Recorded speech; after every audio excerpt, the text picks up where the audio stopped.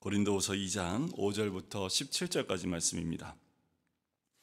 근심하게 한 자가 있었을지라도 나를 근심하게 한 것이 아니요 어느 정도 너희 모두를 근심하게 하는 것이니 어느 정도라 함은 내가 너무 지나치게 말하지 아니하려 함이라. 이러한 사람은 많은 사람에게서 벌 받는 것이 마땅하도다. 그런즉 너희는 차라리 그를 용서하고 위로할 것이니 그가 너무 많은 근심에 잠길까 두려워하노라. 그러므로 너희를 권하노니 사랑을 그들에게 나타내라. 너희가 범사에 순종하는지 그 증거를 알고자 하여 내가 이것을 너희에 쏟노라. 너희가 무슨 일에든지 누구를 용서하면 나도 그리하고 내가 만일 용서한 일이 있으면 용서한 그것은 너희를 위하여 그리스도 앞에서 한 것이니 이는 우리로 사탄에게 속지 않게 하려 함이라. 우리는 그 계책을 알지 못하는 바가 아니로라. 내가 그리스도의 복음을 위하여 드로아의 이름에 주 안에서 문이 내게 열렸으되 내가 내 형제 디도를 만나지 못함으로 내 심령이 편하지 못하여 그들을 작별하고 마게도냐로 갔노라. 항상 우리를 그리스도 안에서 이기게 하시고 우리로 말미암아 각 처에서 그리스도를 아는 냄새를 나타내시는 하나님께 감사하노라. 우리는 구원받는 자들에게나 망하는 자들에게나 하나님 앞에서 그리스도의 향기니 이 사람에게는 사마로부터 사막이 이르는 냄새요 저 사람에게는 생명으로부터 생명이 이르는 냄새라. 누가 이 일을 감당하리요? 우리는 수많은 사람들처럼 하나님의 말씀을 혼잡하게 하지 아니하고 곧 순전함으로 하나님께 받은 것 같이 하나님 앞에서와 그리스도 안에서 말하노라. 아멘. 고린도 교회에 쓴 편지 가운데 이제 오늘 본문의 말씀은 근심하게 하는 사람을 용서하라 라고 이야기합니다. 근심하게 한 자가 있었을지라도 나는 나를 근심하게 한 것이 아니요 어느 정도 너희 모두를 근심하게 하는 것이니. 아마도 이 교회 공동체 안에 우리 교회 공동체에 있는 사람들을 근심하게 하는 사람이 있었던 것 같습니다. 자, 내가 너무 지나치게 말하지 아니하려 한다. 자, 교회 공동체 안에 때로는 근심하게 하는 사람이 있을 수 있지요. 교회 안에 그렇게 교회 구성원들을 근심하게 하는 사건들이 아마 있었던 것 같아요. 교회나 또 믿음의 공동체를 근심케 하는 자에 대해서 어떻게 할지에 대한 부분을 사도 바울이 이야기합니다. 이런 사람은 많은 사람에게 벌 받는 것이 마땅하지만 그러나 차라리 너희는 그를 용서하고 위로할 것이니 그가 너무 많은 근심에 잠길까 두려워한다 라고 하지요.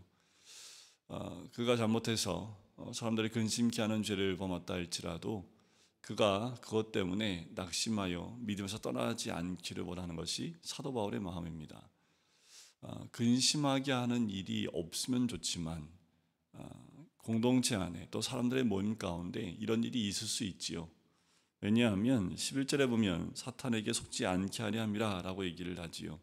사단에 의해서 한 영혼을 잃어버리는 것, 또 한 영혼의 사단에 의해서 이 근심하게 하는 일에 쓰임받는 사람이 있을 수 있습니다. 하지만 그 한 사람의 그 잘못에 의해서 그 잘못된 사람에 대해서 미워하고 또 용서하지 아니하는 모습 또한 사단이 원하는 모습이다 라고 이야기하는 거지요. 사도 바울은 공동체를 위해서 또 근심케 하는 그 사람을 위해서 우리가 용서하는 것이 맞다라고 이야기하는 겁니다. 어떤 죄를 졌다 할지라도 그 죄에 대해서 용서하지 못하고 끝까지 근심하게 하는 것이 서로에게 도움이 되지 않고 또 영혼을 구원하는 데 있어서도 도움이 되지 못함을 이야기합니다. 자, 무엇 때문에 이 근심하는 것에 대해서 이야기하는지 모르지만 이 고린도 교회 성도하고 사도 바울은 이게 뭔지 아는 것 같아요. 그러니까 어떻게 해요? 이런 이야기를 하면서 사도 바울이 얘기합니다. 너희가 범사에 순종하는지 그 증거를 알고자 하여 내가 이것을 너희에게 썼다라고 얘기를 하지요. 사랑으로 그들에게 나타내라 라고 하면서 너희가 범사에 순종하는지 또 이것으로 알아보겠다라고 얘기합니다. 어떻게 보면 간곡한 표현인 것 같아요. 명령인 것 같기도 하고요. 너희가 범사에 순종하는지를 너희가 그 근심케 하는 자를 용서하는 것으로 내가 알아보겠다라고 얘기하는 거지요. 근데 근심케 하는 자를 그냥 그 잘못한 부분들을 잘못한 것으로 그냥 두는 것보다 용서하고 끌어안고 사랑으로 그를 치유하는 것이 더 나음을, 그것으로 인해서 사단에 의해서 우리가 마음이 멀어지거나 깨어지는 거 원치 않는 것을 의미합니다. 근데 교회 안에서 어떤 문제가 생길 때 참 교회 안에 더 용서가 없고 사랑이 없을 때가 많은 것을 봅니다. 우리가 용서치 못하는 것은 하나 있습니다. 뭐냐면 복음을 변질시키는 것은 용서할 수 없지요. 그것은 돌이켜야 합니다.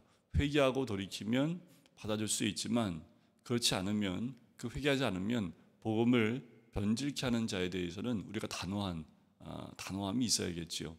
하지만 그 외의 것이 있다면 그가 그 근심하게 하는 것에 의해서 마음의 상함이 있고 또 회개함으로 돌이킨다면 언제든지 끌어안고 용서하고 사하는 마음이 있어야 됨을 이야기합니다. 오히려 이런 일들로 인해서 사단에게 어떠한 것들을 또 빌미를 제공하는 것 원치 않는 거지요. 우리는 그 계책을 알지 못하는 바가 아니로라 하면 사도 바울이 고린도 교회 공동체 안에 이런 근심케 하는 사람들에 의해서 교회 안에 분란이 일어나는 것에 대해서 원치 않음을 이야기합니다.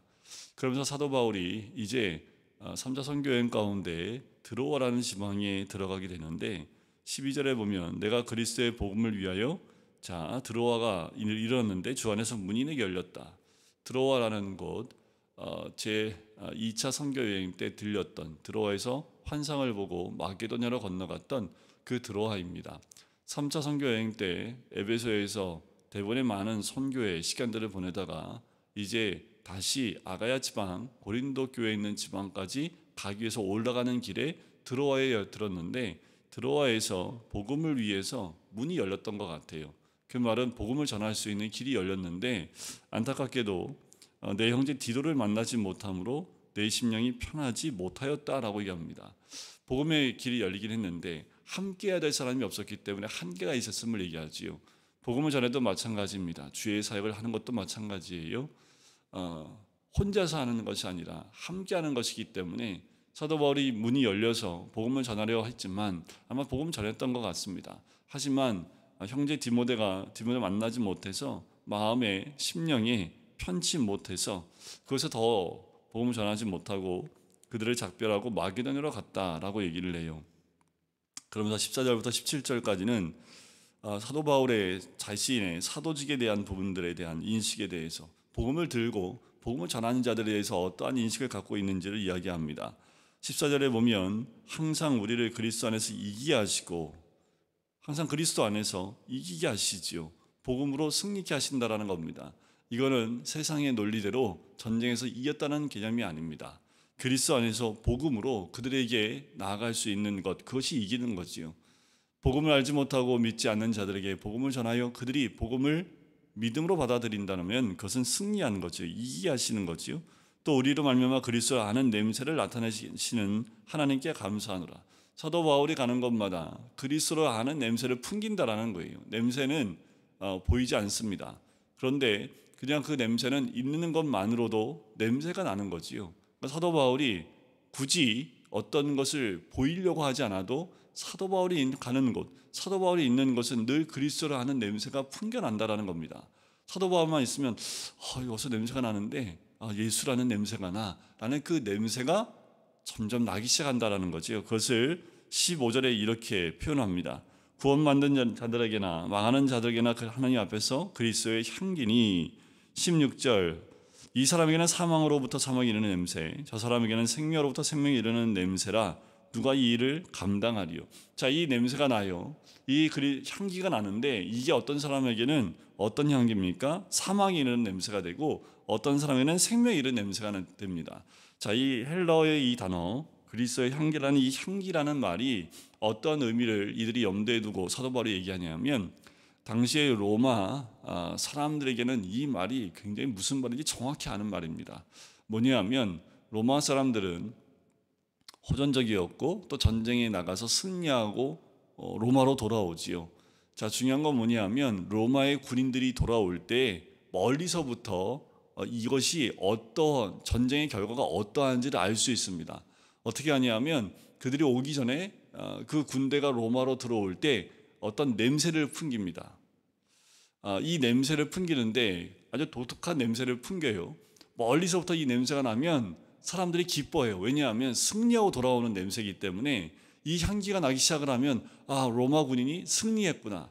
자, 전쟁에서 승리하게 되면 많은 그 노예나 그 전쟁에서 포로를 데리고 오지요. 거의 그 포로들은 대부분이 노예로 사용하게 됩니다.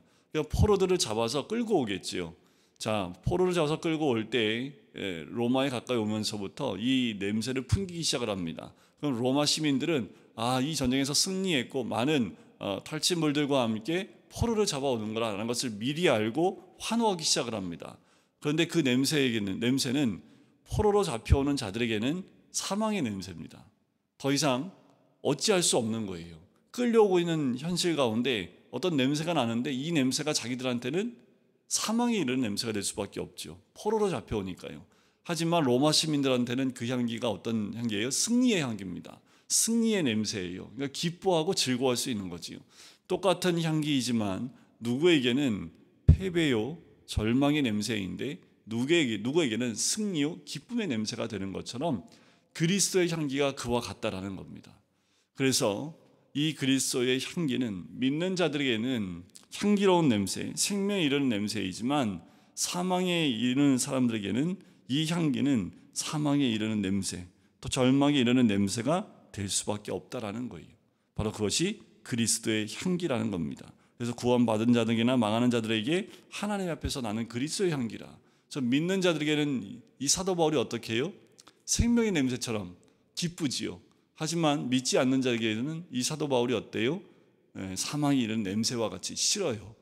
그 냄새를 맡고 싶지 않아요. 그러니까 어떻게 해요? 사도 바울이 갈 때 환영하는, 아주 극진히 환영하는 그 믿음의 공동체가 있는 반면에 사도 바울을 미워하고 싫어하고 멀리하고자 하는 사람들이 반드시 있다라는 겁니다.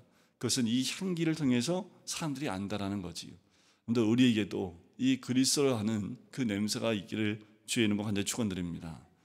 우리가 가는 곳마다 그리스도의 향기가 나서 믿는 사람이든 믿지 않는 사람이든 동일하게 이 향기를 맡고 믿는 사람들이라면 함께 기뻐하는 냄새이지만 믿지 않는 사람, 사망에 이르는 그 절망 가운데 가는 사람에게는 이 냄새가 원치 않는 냄새가 되겠지요.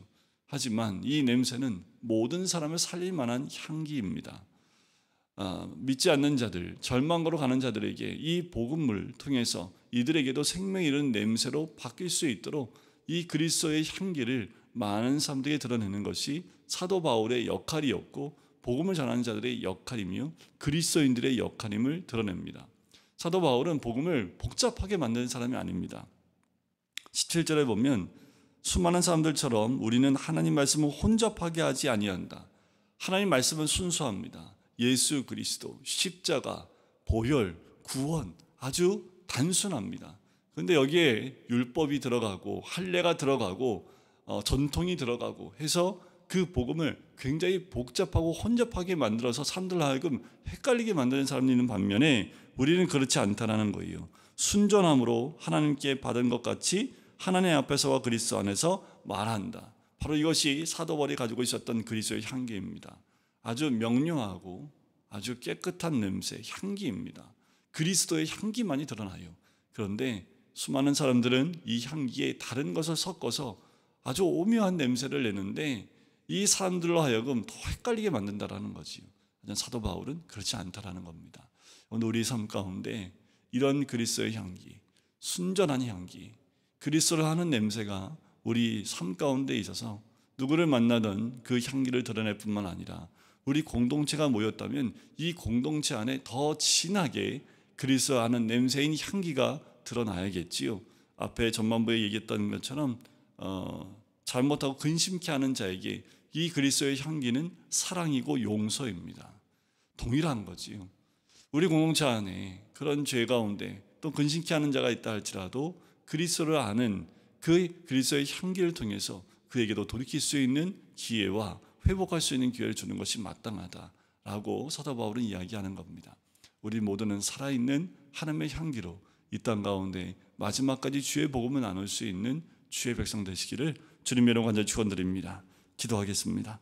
사랑해 주님, 사도 바울이 가는 곳마다 그리스도 아는 냄새를 드러내며 그리스도의 향기를 드러내요. 또 믿는 자에겐 생명의 냄새이고 믿지 않는 자에게는 사망이 이르는 냄새가 되어졌던 것처럼 하나님 우리 모두에게도 이 그리스도의 향기가 날 수 있기를 간절히 소원합니다. 주의 복음은 순전합니다. 순전한 향기가 되어져 가는 곳마다 주의 살아계심과 주님의 역사하심을 드러낼 수 있는 주의 백성 될 수 있도록 축복하여 주시옵소서. 감사드리며 예수 그리스도의 이름으로 기도드립니다. 아멘.